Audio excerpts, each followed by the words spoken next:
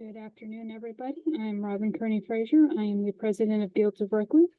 Welcome to our monthly meetings. The first meeting that we have is our Homesteaders and Preppers Guild, which is obviously going on now.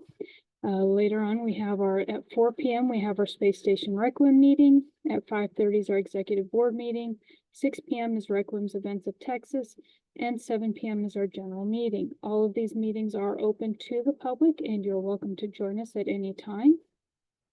They do happen on the fourth Sunday of every month, with the exceptions of December when we are on holiday, and January and July when we have our semi-annual board meetings. Because the amount of preparation involved with those meetings, we do not have time to prepare for the others. This is the Homesteaders and Preppers Guild meeting at 3 p.m. There we go. Going to go through some stuff here, and hopefully some other people are just running late and will join us to help in the discussion that we have coming up. We are going to talk about our events that we have. We have a discussion on Homesteaders and Preppers merchandise, and then we'll be discussing about the hurricane season for 2024. In case you haven't noticed, we've already had our first named storm of the season, as Alberto came across Mexico and southern Texas, dropping a pretty good amount of rain from what I've been hearing. Some of us further north in center of Texas, we wish we would have gotten some more. So what do we have for events coming up? We have the Fall Homesteaders and Preppers Bazaar, which is on September 24th from 10 a.m. until 6 p.m. Activities do run from 11 a.m. till 5 p.m. This allows our presenters times to be able to shop with our other vendors. Admission is free. We are aiming to have activities and presentations, a farmer style market, along with kind of like a outdoor home and garden show, and we're giving it a healthy dose of self-reliance on our presentations. It is sponsored by Guilds of Requiem and Requiem's Events of Texas. It will be held on the property in Pike Creek, which is 8124 State Highway 16 South. If you know where Country Accents Antiques and Buildings are, or the Backyard Bistro, they are our next door neighbor. And I'm pointing this way towards San Antonio because we are on the other side of Panther Ridge, and you should see our flags hanging out in display. And as you drive by, you might see us even working up there, getting the area ready. If you have the need to fill some nonprofit volunteer hours or want to get more involved with the Guilds of Requiem, please like our main page on Facebook or Instagram, and we'd be happy to reach out to you to let you know when we're working up front, or if you have a day that works for you, reach out to me at customerservice@guildsofrequiem.com, and I'll be more than happy to meet you up front if I'm available, so that we can get that place nice and ready for events. And we do try to work with you on acceptable bartering for your services. Our vending fees are starting at $50 once again for a 12 by 12 space. They are going to be $25 for an additional space. We are limiting people to a 12 by 24 space, and that's just because we are limited in the amount of space that we will have ready for this event in September. Business sponsorships beginning at $100. And this is a wonderful opportunity to support a unique learning experience in Bandera County, and it helps us ensure that future events will happen. You do have excuse me just a second here.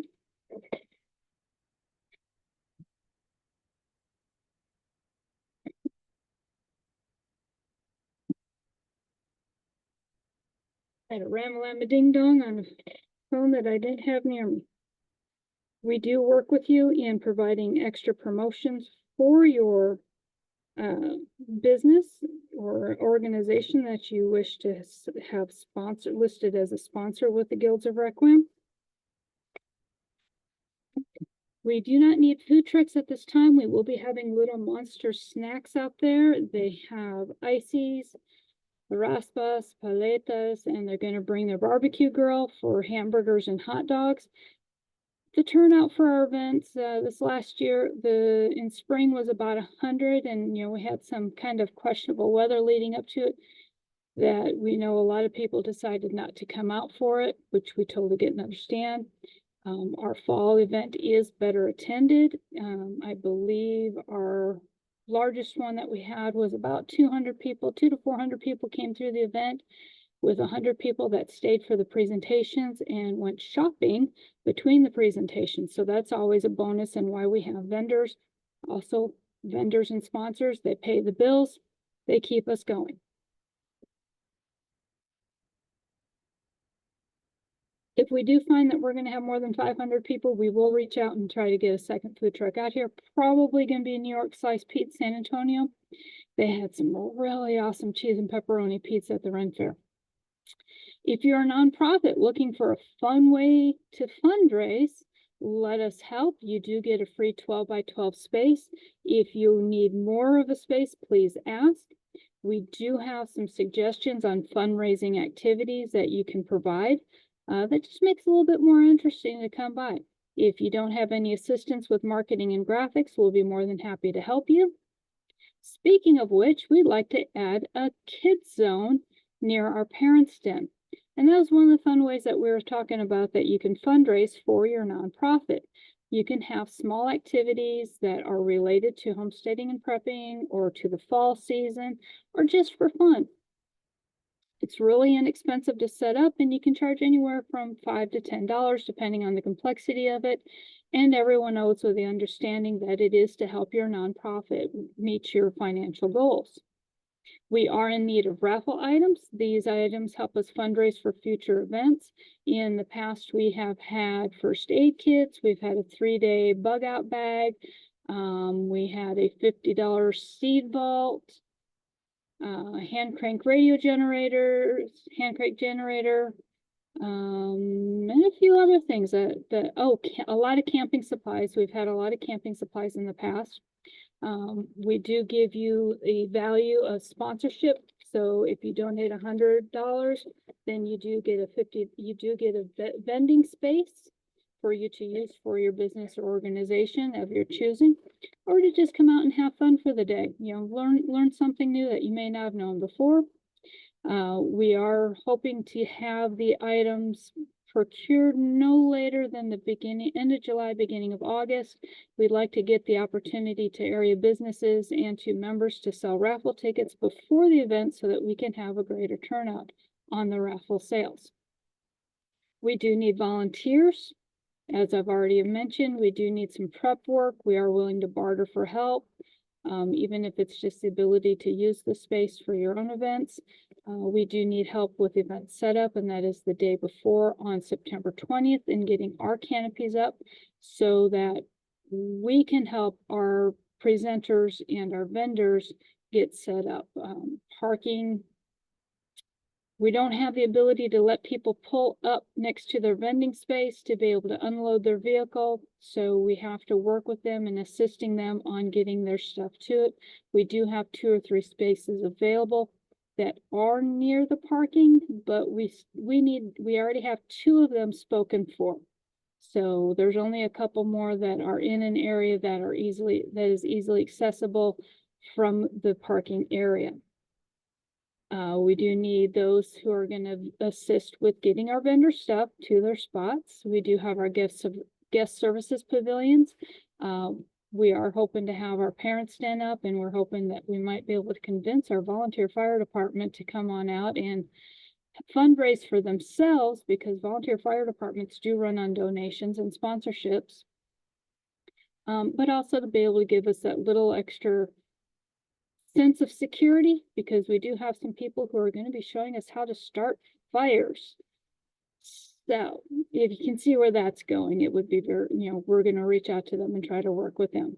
We do have event runners. They kind of help keep things going during the event. You do get a $20 food voucher that Little Monster Snacks does take, and we settle up with them at the end of the day.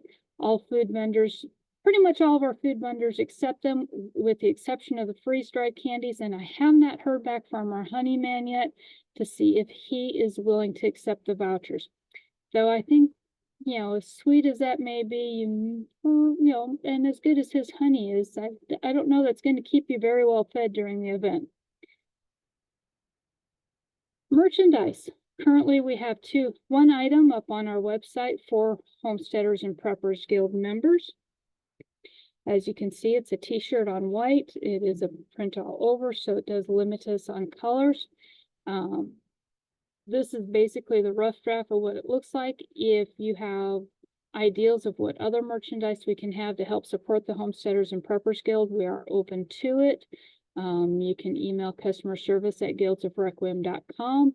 We'd be glad to hear your suggestions. If you'd like to see this with a different colored background, please let us know and we will do a mock-up and see if, take a poll, see which is better. Unfortunately, the print-on-demand service that we use, every single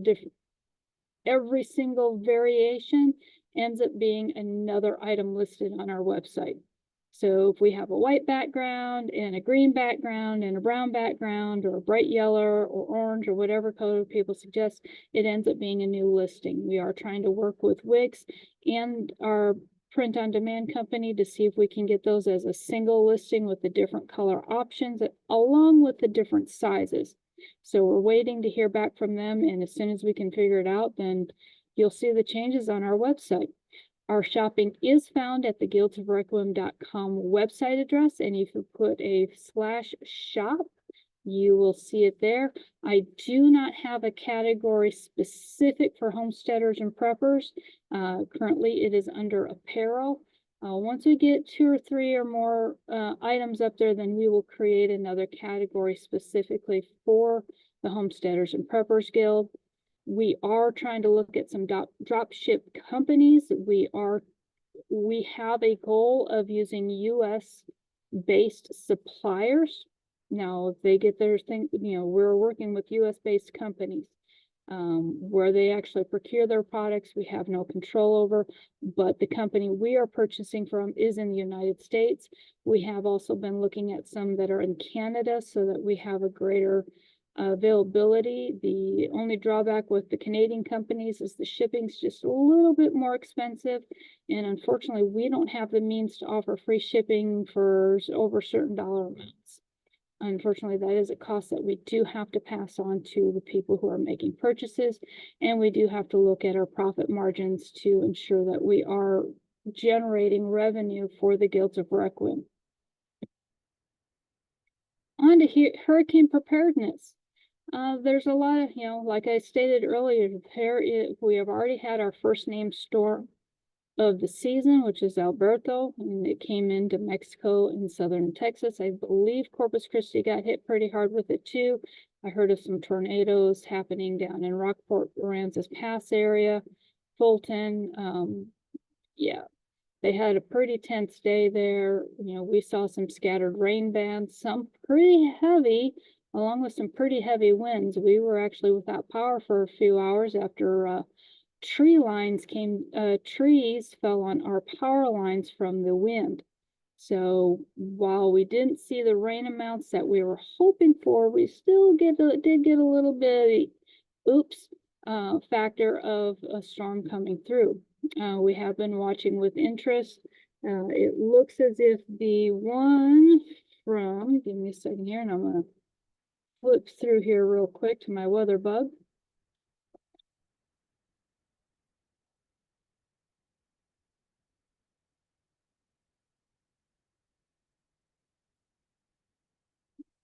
Antonio Austin. Weather.gov. Let me see if I can stop the share here for a moment. We are going to share a screen. We're going to share this one that I'm on. Hopefully y'all don't see me on it. But as you can tell, we're hot in Texas. And let's see if I can find where the hurricane center is. Normally I do have these all up. I'm sorry, I failed to prepare this time.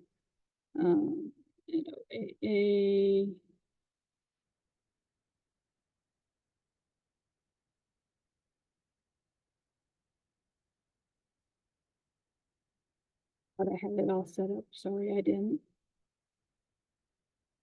Let's see here, where are they at? So they are predicting for us to have a very busy hurricane season this year. Where is it at? Above normal. And that is their generic. That's not the one I'm looking for. Where is our current radar?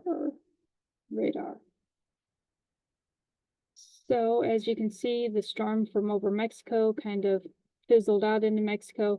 They're not quite sure what's going on with this one over here.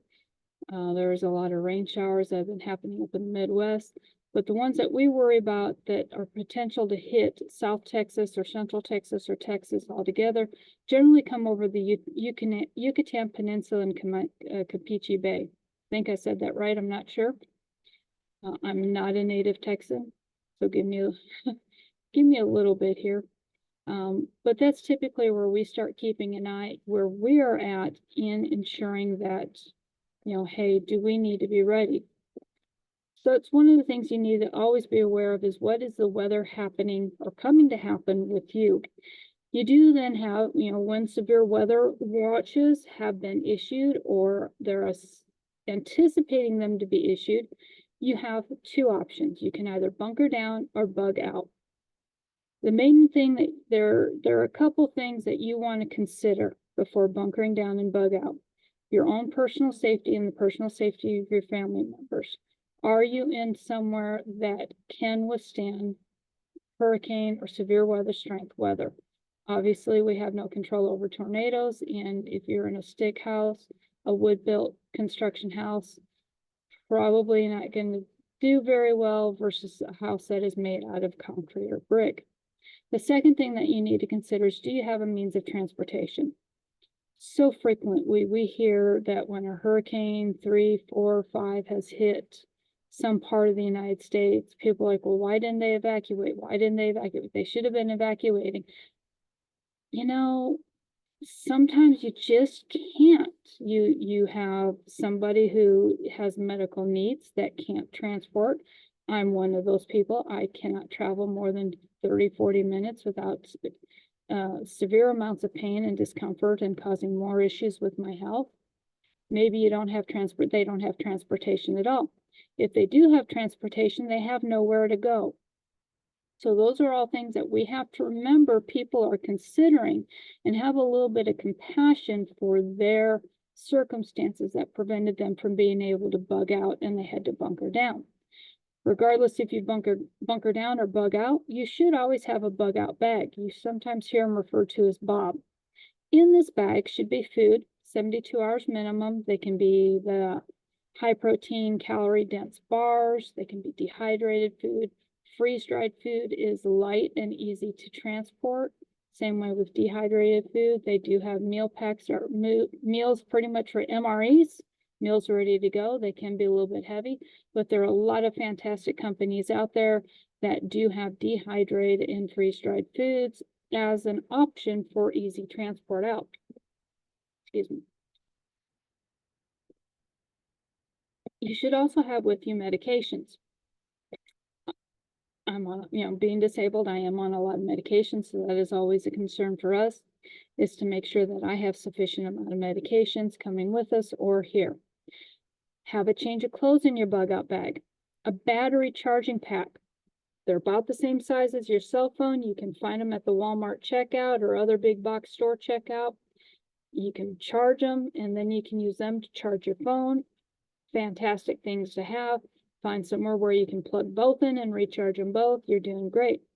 Make sure your cell phone is fully charged before you leave. We have multiple phones in our house because, well, personal, and we have the guilds. Plus we have tablets with Google Voice on them. So we always have a means of communication. When we see that there is bad weather coming, first thing we do is we make sure all of our mobile devices that can communicate are fully charged. This does include our tablets because we can message on them. We have Google Voice accounts on them that we can call from our tablets using that. There are other voice over internet services out there that we fully encourage you to look at. Cash, cannot begin to stress that enough. Every time you get paid, try to set 20 bucks aside so that you have emergency cash, not just for bugging out because there's bad weather. If you get stranded somewhere, you always have cash hiding somewhere in your bag or on your person or in your vehicle, wherever it is that you decide is the safest place to stash it. They have little locking wallets now, all sorts of means in which to keep your emergency supply of money safe. Why have cash? Get that asked a lot. Well, I've got a debit card, I've got a credit card.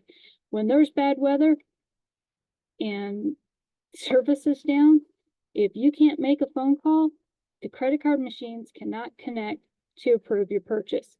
Cash is king at that point in time. What to do before a hurricane? And we're talking about needing to plan right now, especially with them saying that it's going to be a busy season. Sorry, my voice is going to crap in and out on us today. It just happens when I talk a lot. Now is the time to evaluate insurance company coverage, whether you own a home, rent a home, or rent an apartment. There is renter's insurance out there. You do have to remember it takes a minimum of 30 days for your policy change to take effect. Anything that has to do with weather-related losses will not take effect if there's an active hurricane threat to your area. So those that got hit by Alberto, they're like, oh, I need to go get my insurance updated. We had something else coming up that could have potentially done damage to us, and we're already watching another one further off in the Atlantic Ocean that could potentially affect our area. Insurance companies are going to say, no, sorry, we have to have so many days without hurricane activity. So hop on it now, hop on it as soon as you can. Make sure you check your cost to loss ratio. What do I mean by that? If your material possessions does not amount to that much to replace, I'm going to pick on my youngest son here. He is my minimalist child. He has a bed, he has a desk, he has his clothes, he has his computer. That's it. For him to take out renter's insurance, it's probably not going to be cost effective for him, because he could probably replace everything for less than $2,000. That's how minimalist my child is. Now you've got my other child and me, where we're rat packs. We've got more stuff to cover. We have our homes that we live in, we have our furniture. Certainly the guilds takes up a large part of our home. We have animals, we have chickens where we're at. So for us, having insurance that's only going to cost us maybe $5,000 a year, and we've got 200,000 plus of property and belongings that would need to be replaced in the event of a hurricane or fire or any other thing that could possibly happen. For us, the cost to loss ratio is better for us to have insurance. As I stated before, renter's insurance, it is a thing. Depending on, now there are a few caveats. When I first moved out to Pipe Creek, and I was essentially renting where I live, they don't have renter's insurance out here, out this far. I couldn't find anyone to get me a renter's insurance policy to cover my personal belongings in the place where I was staying. San Antonio, Corpus Christi, all the other larger cities, if I was actually in Bandera City, then I would have been able to get renter's insurance. So those are things that you need to be considering now, even if it's to have yourself prepared for next year. Another key focus that you need to know about is communications. Communicate, communicate, communicate. That is just so important no matter where you're at or what you're doing. Make sure there's others who know your plan. Make sure they know, are you bunkering down or are you bugging out? Have a central point of contact with somebody potentially not in, that's not in the affected area. Obviously, if it's a big storm, it's going to affect all the way into Texas. But if you're on the coast, let somebody in San Antonio or Austin know, hey, I'm bunkering down. Then we know if we don't hear from you in certain point of intervals, understanding that there are communication issues with cell phone towers being down, no power, whatever, we at that point can say, okay, look, it's been 48 hours beyond 24 or 48 hours beyond what they said that we're, agreed upon communication time. We can reach down to first responders and law enforcement in that area and ask them to do a welfare check. So that way we know they're okay. And we can let any family members or friends know that they are okay. That is what a central point of contact is all about.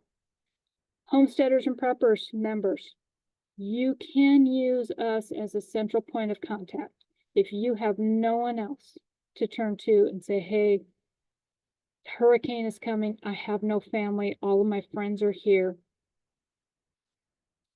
let us know. That is part of being a member of the guilds, is you now have an extended family. We're here to look out for each other. And yes, that means if I haven't heard from you in a week and we know that a hurricane went through your area, I'm going to be looking up your information, where you told me that you lived or where you told me that you were going to go. And I'm going to start, we're going to be concerned about your safety and welfare. We're going to do everything that we can to ensure that you did indeed end up getting through the storm safely. Unfortunately, right now, we are not able to house evacuees at our site. We have just our personal homes on property at this point in time. We're looking at 5 to 10 years before we're going to have retail classroom space up front.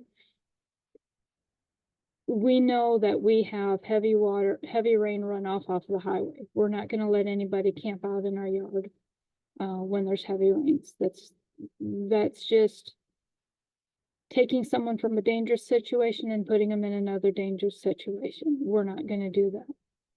Another thing that you're going to want to make sure that you do is have a hard copy of your contact list. When that cell phone is down and you're having to borrow someone else's phone, I'm guilty of it. If you were to ask me what my children's cell phone numbers are, I wouldn't be able to tell you what their numbers are. You ask me what my mom's number is, I'm not going to be able to tell you what my mom's number is. Have a hard copy, either write it out, type it out, and print it out. One of the things that we always advocate, and they're really inexpensive, is we have a thumb drive. We give these out to members. They can use to put listings of everything, their valuables. They can have a contact list on here. If somebody has the means in which to read a USB, that's great, but you should still have a hard copy that you can hold in your hands, piece of paper to have upon your person for contact. Sorry, I lost my train of thought there. Bunkering down. So you've decided that, I have no place to go. I have no means of getting there. I'm not able to travel for whatever reason. Maybe somebody in your house is essential personnel and you can't leave because they have to stay and they're your transportation.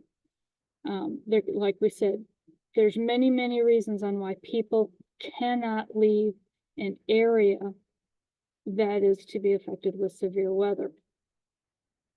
And we remind you to please be understanding to these people who can't leave. Some of them, it's not that they don't want to leave, it's just that they can't leave.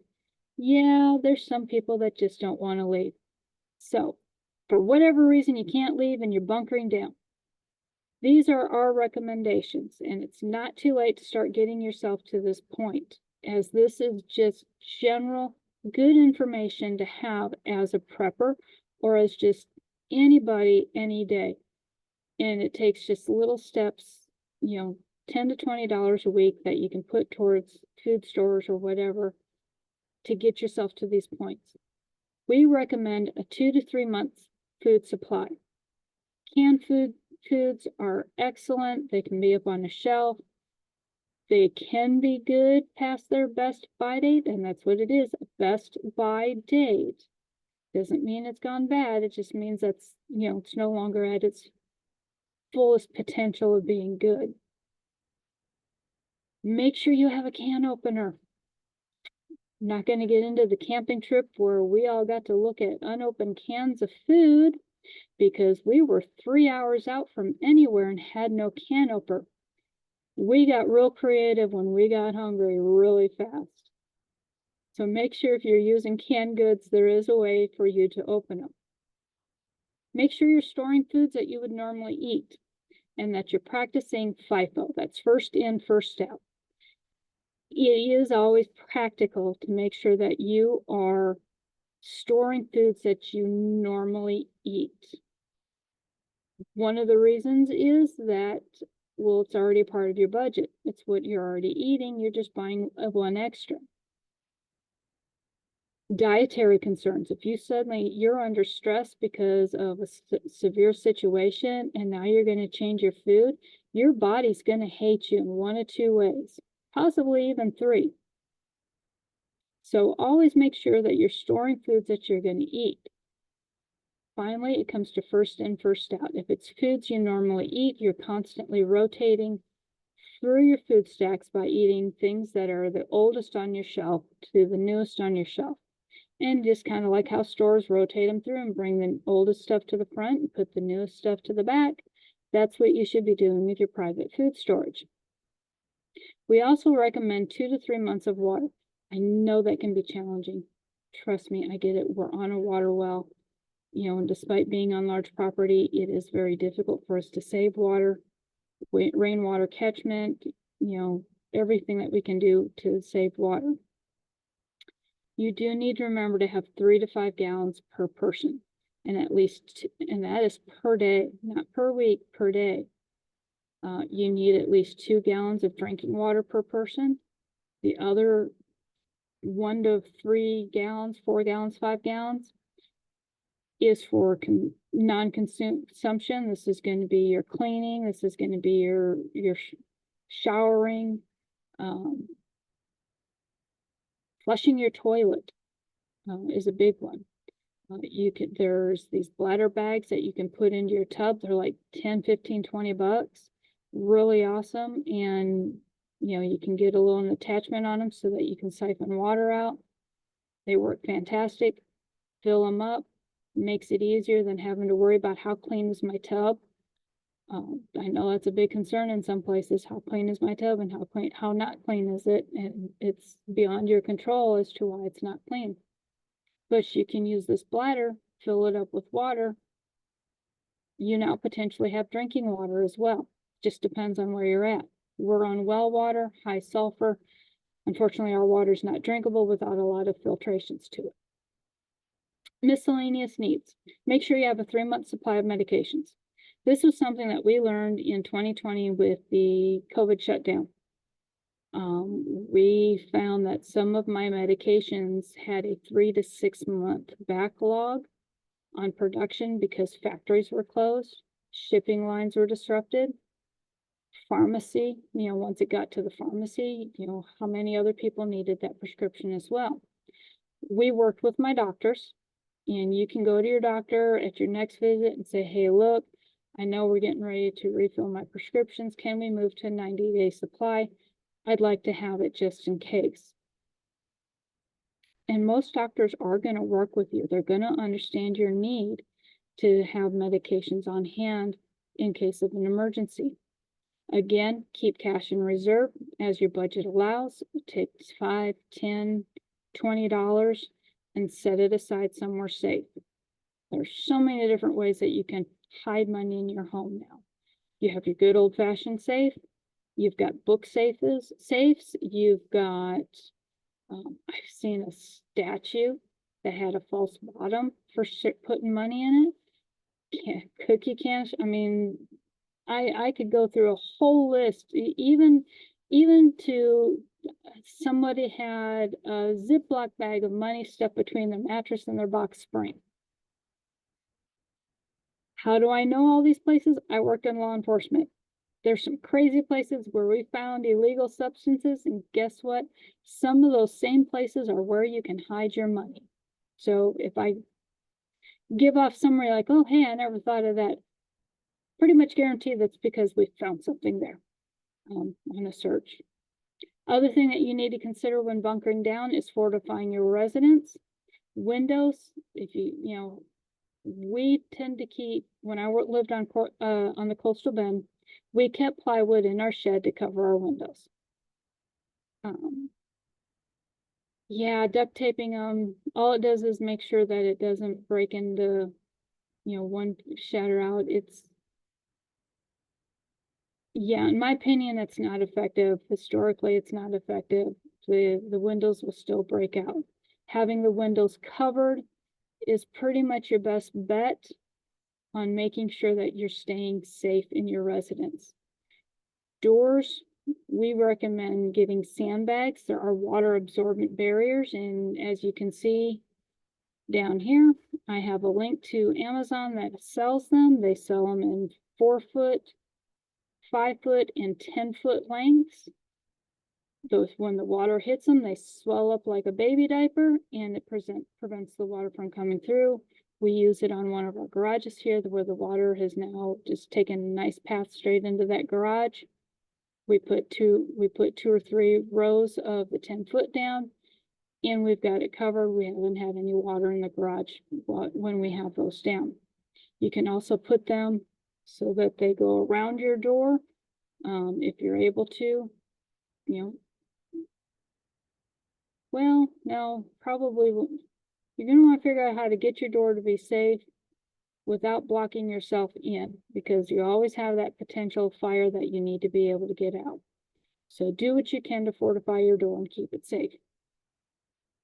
That is everything that I have today. I thank you for joining me. And we look forward to seeing you in August. What day in August? Give me a second here. Don't have it in front of me. 1, 2, 3, August 25th at 3 p.m. And we'll be announcing probably the beginning of August what we're going to be talking about that month. Thank you for joining me. Have yourself a wonderful day. Stay safe.